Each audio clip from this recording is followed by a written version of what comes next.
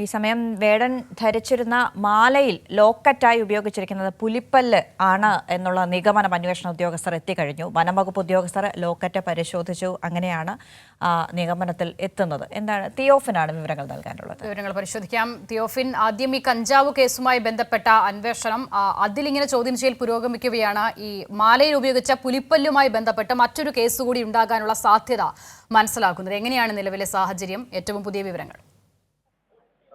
ഇപ്പോൾ സൂചിപ്പിച്ചതിനേക്കാൾ മറ്റൊരു വിഷയം കൂടി, അതായത് ഒരു കേസിലുള്ള ഒരു സാധ്യത കൂടി ഇപ്പോൾ നിൽക്കുന്നുണ്ട്. ആയുധ നിയമപ്രകാരം ഒരു കേസെടുക്കാനുള്ള ഒരു സാധ്യത കൂടി, അല്ലെങ്കിൽ അത്തരത്തിലൊരു സംശയം കൂടി.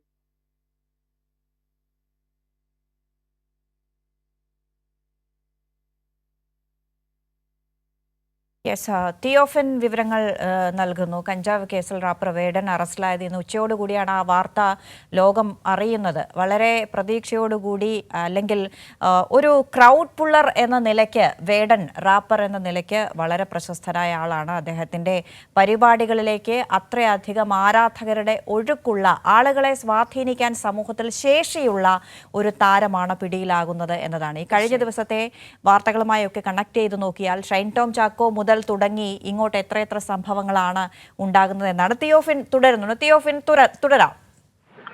അന്ന, അതായത് രണ്ട് കേസുകളാണ്. ഒന്ന്, 6 ഗ്രാം കഞ്ചാവ് ഇവരുടെ ഫ്ളാറ്റിൽ നിന്നും, വേടൻ താമസിച്ചിരുന്ന ഫ്ളാറ്റിൽ നിന്ന് വേടനും അയാളുടെ സുഹൃത്തുക്കളായ മറ്റ് 8 പേര്, അങ്ങനെ 9 പേരെയാണ് പോലീസ് അറസ്റ്റ് ചെയ്തത്. ഇവർ കഞ്ചാവ് ഉപയോഗിച്ചിരുന്നു എന്ന് കണ്ടെത്തിയിട്ടുണ്ട്. ചോദ്യം ചെയ്യലിൽ ഇവർ കഞ്ചാവ് ഉപയോഗിച്ചതായി സമ്മതിക്കുകയും ചെയ്തു.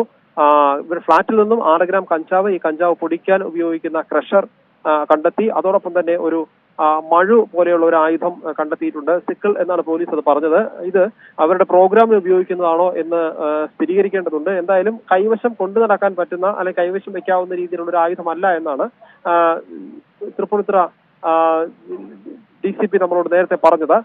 അങ്ങനെയെങ്കിൽ അതിൽ ആയുധ നിയമപ്രകാരം കേസെടുക്കാനുള്ള ഒരു സാധ്യതയുമുണ്ട്. എന്തായാലും അതിൽ ആയുധ നിയമപ്രകാരം കേസെടുക്കേണ്ടതുണ്ടോ എന്ന് പോലീസ് പരിശോധിക്കുകയാണ്. നിലവിൽ വൈദ്യപരിശോധന കഴിഞ്ഞ് വേടനെ തൃപ്പൂണിത്തുറ ഹിൽ പാലസ് പോലീസ് സ്റ്റേഷനിലേക്ക് കൊണ്ടുവന്നിട്ടുണ്ട്. മറ്റൊന്ന്, വനം വകുപ്പിന്റെ ഒരു കേസിനുള്ള ഒരു സാധ്യതയാണ്.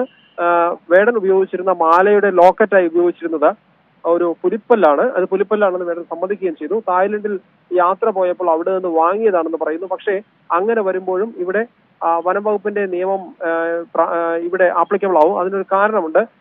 മറ്റു രാജ്യങ്ങളിൽ നിന്ന്, അതായത് ഇത്തരത്തിൽ മൃഗങ്ങളുടെ ശരീരഭാഗങ്ങൾ ഉപയോഗിക്കുന്ന, അല്ലെങ്കിൽ പല്ലോ നഖമോ ഒക്കെ ഉപയോഗിക്കുന്ന അനുവദിച്ചിട്ടുള്ള രാജ്യങ്ങളിൽ നിന്ന്, അതിന്റെ വിൽപ്പന അനുവദിച്ചിട്ടുള്ള രാജ്യങ്ങളിൽ നിന്ന് വാങ്ങിയാൽ പോലും ഇന്ത്യയിൽ ആ നിയമപ്രകാരം ഇത് ഉപയോഗിക്കാൻ സാധ്യമല്ല. അങ്ങനെ വരുമ്പോൾ ഇന്ത്യൻ നിയമപ്രകാരം, വന നിയമപ്രകാരം അതുകൂടി കേസാവാനുള്ള സാധ്യതയുണ്ട്. നിലവിൽ വേടനെ ഇന്ന് തന്നെ ജാമ്യത്തിൽ വിടുമോ എന്ന കാര്യം, സ്റ്റേഷൻ ജാമ്യത്തിൽ വിടാനുള്ള സാധ്യത വളരെ കുറവാണ്.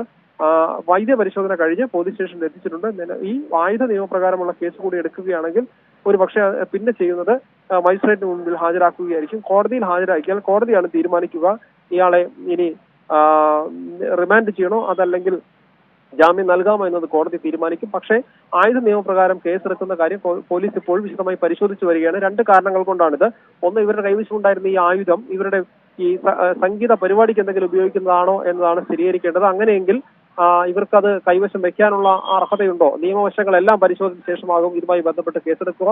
ഇവർ സഞ്ചരിച്ചിരുന്ന ഒരു ഇന്നോവ കാറും പോലീസ് കസ്റ്റഡിയിൽ എടുത്തിട്ടുണ്ട്. അതിൽ പരിശോധന നടത്തിയതിൽ കാറിൽ നിന്ന് കഞ്ചാവൊന്നും കണ്ടെത്തിയിരുന്നില്ല.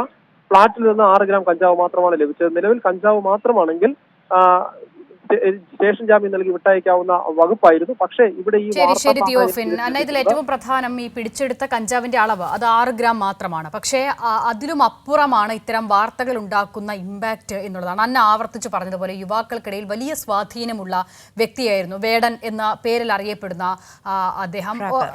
അതെ, റാപ്പർ. അതോടൊപ്പം തന്നെ കഴിഞ്ഞ ദിവസം ഇതുപോലെ സമാനമായ രീതിയിൽ കഞ്ചാവുമായി പിടിച്ച ഖാലിദ് റഹ്മാൻ. ഇവരൊക്കെ സമൂഹത്തിൽ മറ്റൊരു തരത്തിൽ ആഘോഷിക്കപ്പെടുന്നവരാണ്. പ്രത്യേകിച്ചും യുവാക്കളുടെയൊക്കെ ഇടയിൽ വലിയ സ്വാധീനം ചെലുത്തുന്നവരാണ്. അപ്പോൾ അവരിൽ നിന്നും ഉണ്ടാകുന്ന ഇത്തരം പ്രവർത്തികൾ സ്വാഭാവികമായും ആ നിലയിൽ ഗൗരവത്തോടു കൂടി തന്നെ ചർച്ച ചെയ്യപ്പെടേണ്ടതാണ് എന്നുള്ളത് കൂടിയുണ്ട്, അല്ലേ? അതെ, അവരുടെ പെർഫോമൻസ്, അവരുടെ മികവ്, പ്രതിഭ അത്രയാണ്.